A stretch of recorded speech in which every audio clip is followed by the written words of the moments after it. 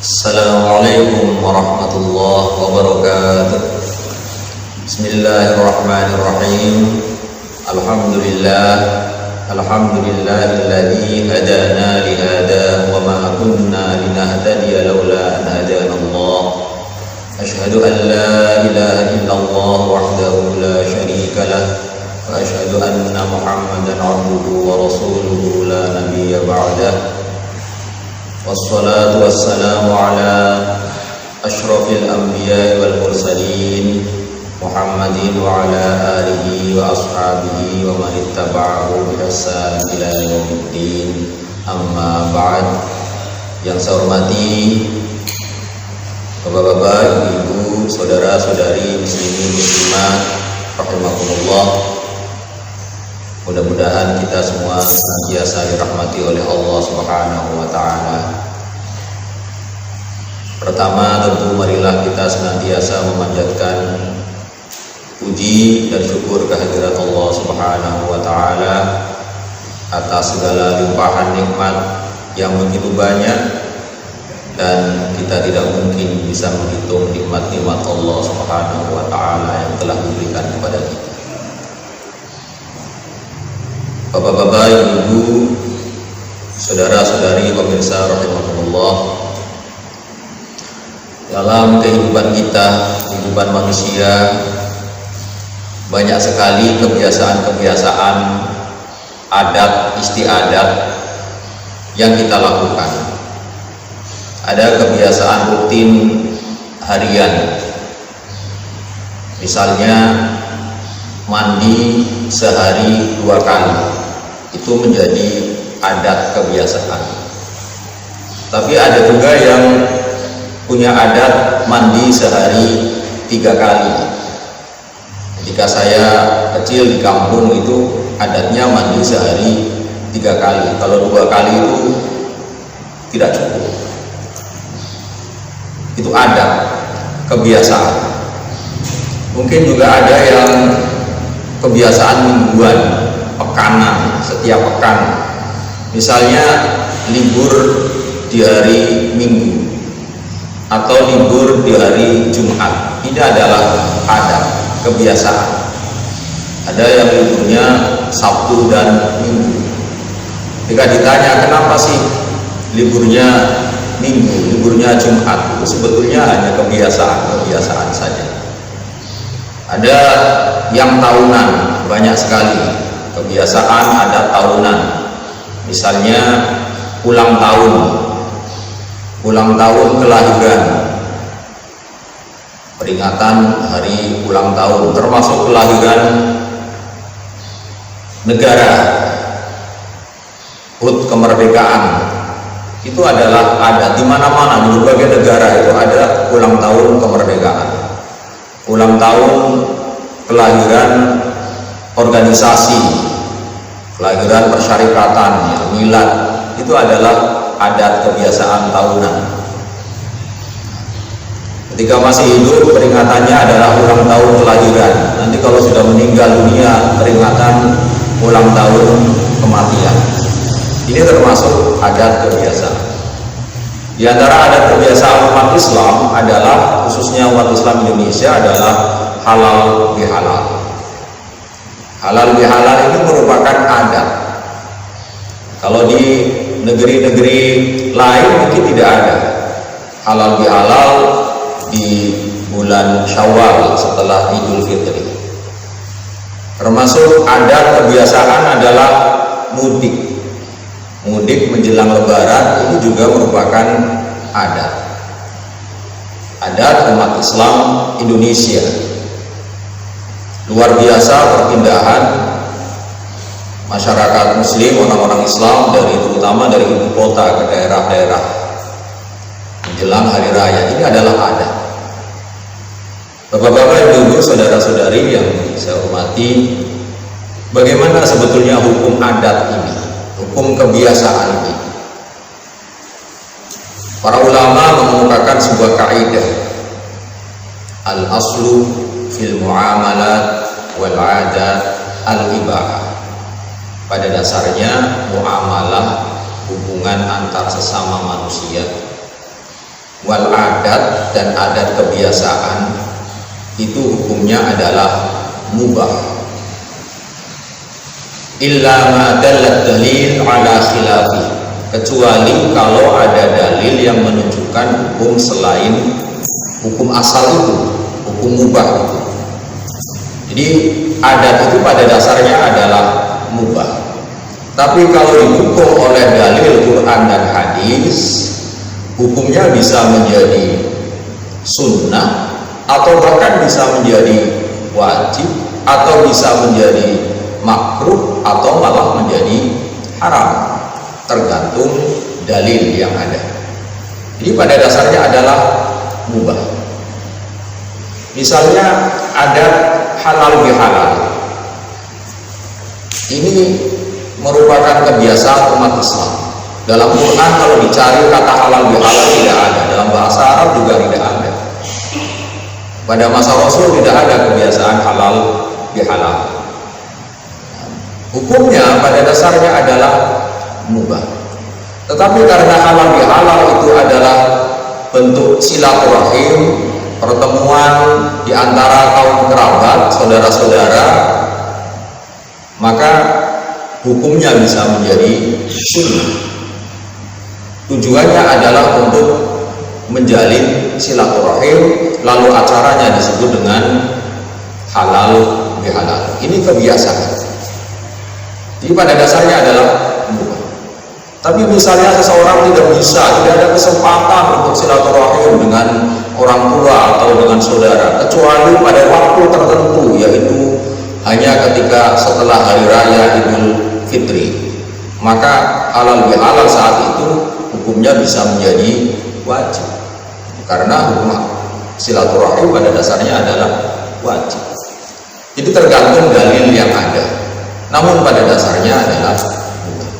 Terkait dengan kondisi wabah COVID-19 ini, bagaimana dengan silaturahim halal bihalal yang sudah biasa dilakukan oleh umat Islam pada saat hari raya Idul Fitri?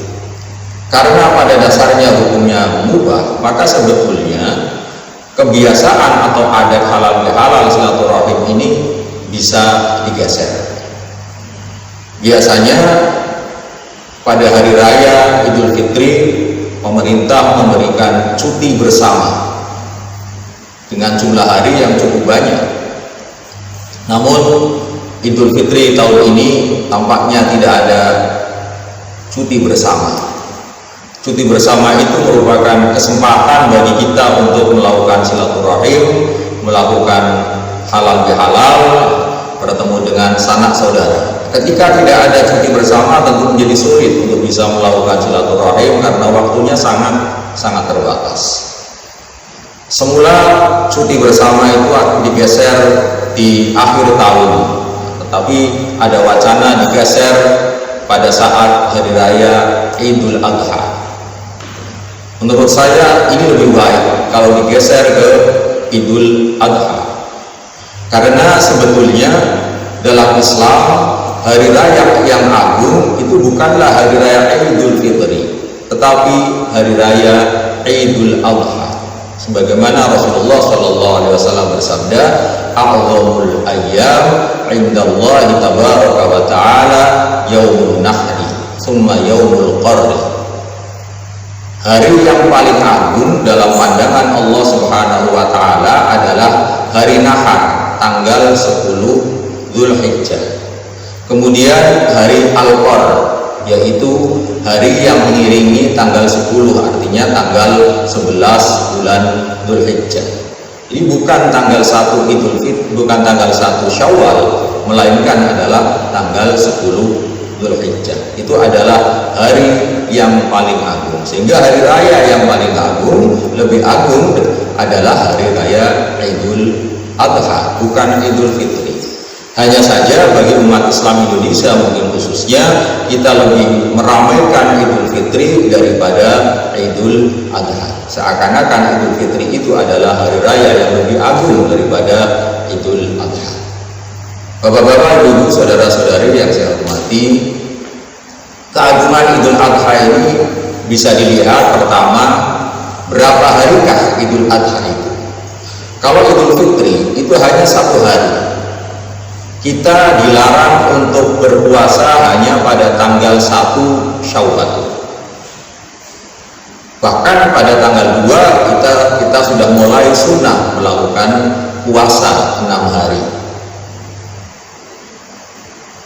Sementara kalau Idul Adha kita dilarang untuk berpuasa pada hari Nahar, yaitu tanggal 10, kemudian hari-hari Tasyrik tanggal 11, 12, dan 13 Dzulhijjah. Kita dilarang untuk berpuasa karena hari-hari itu adalah hari-hari untuk makan dan minum, artinya hari raya. Juga diindikasikan oleh kesunahan takbir atau takbiran. Kalau takbir itu diartikan hanya Allahu Akbar. Kalau takbiran itu ya sebagaimana yang lazim pada hari raya itu. Takbir atau takbiran pada hari raya Idul Fitri itu pendek waktunya, hanya 1 malam. Ketika matahari terbit di akhir Ramadan, masuknya tanggal 1 Syawal, kita disunahkan untuk memperbanyak takbir dan berakhir ketika selesai sholat Idul Fitri. Sedangkan takbir pada Idul Adha kita disunahkan menurut mayoritas ulama itu sejak fajarnya hari Arafah sampai terbenamnya hari Tasyrik yang ketiga. Jadi panjang waktunya, 4 hari bahkan 5 hari, mulai dari hari Arafah, kemudian hari Nahar, dan hari-hari Tasyrik yang 3. Itu kesunahan kita mengumandangkan takbir khususnya setelah sholat. Nah, melihat perbedaan antara Idul Fitri dengan Idul Adha ini, kita bisa menyatakan bahwa hari raya yang agung dan perlu dirayakan secara lebih ramai oleh umat Islam itu adalah Idul Adha, bukan Idul Fitri. Kalau perayaan hari raya Idul Adha ini lebih besar, kebiasaan silaturahim halal bihalal bisa digeser ke Idul Adha atau setelah Idul Adha, akan lebih banyak manfaatnya, terutama bagi peribadatan kita umat Islam di bulan Ramadan ini. Kebiasaan mudik menjelang hari raya Idul Fitri, kemudian perayaan yang besar di bulan Idul Fitri, bagaimanapun akan menyita perhatian kita di 10 akhir bulan Ramadan. Persiapan hari raya Idul Fitri yang lebih besar daripada Idul Adha itu biasanya kemudian menyita perhatian kita, sehingga mengurangi kekhusyuan kita melaksanakan ibadah di bulan Ramadan, khususnya di 10 hari terakhir. Apalagi kalau mudik, perjalanan mudik misalnya dari Jakarta ke Jawa Timur itu sangat melelahkan, dan kemudian risikonya adalah membuat kita mengambil rukhsah, membuat kita iftar, tidak berpuasa di bulan Ramadan itu. Nah, kalau kebiasaan meramaikan atau adat istiadat meramaikan hari raya itu digeser dari Idul Fitri ke Idul Adha, ini akan lebih baik bagi umat Islam, di samping lebih sesuai dengan sunnah Rasulullah SAW, juga akan lebih menjaga ibadah kita selama bulan Ramadan. Jadi kalau cuti bersama itu digeser dari Idul Fitri ke Idul Adha, menurut saya itu lebih baik, dan tidak hanya di tahun ini saja, tetapi selamanya seperti itu. Adat kebiasaan yang baik itu dirubah menjadi lebih baik, lebih sesuai dengan sunnah Rasulullah SAW. Bapak-bapak, ibu-ibu, saudara-saudari, ini sekelumit yang bisa saya sampaikan. Mudah-mudahan bermanfaat. Kalau itu baik, maka dari Allah Subhanahu wa Ta'ala. Kalau itu buruk, maka itu dari saya sendiri. Dan kalau itu baik, mohon diambil. Kalau tidak baik, tolong untuk tidak diikuti. In uridu illa islah mastata'tu wa ma taufiqi illa billah. Assalamualaikum warahmatullahi wabarakatuh.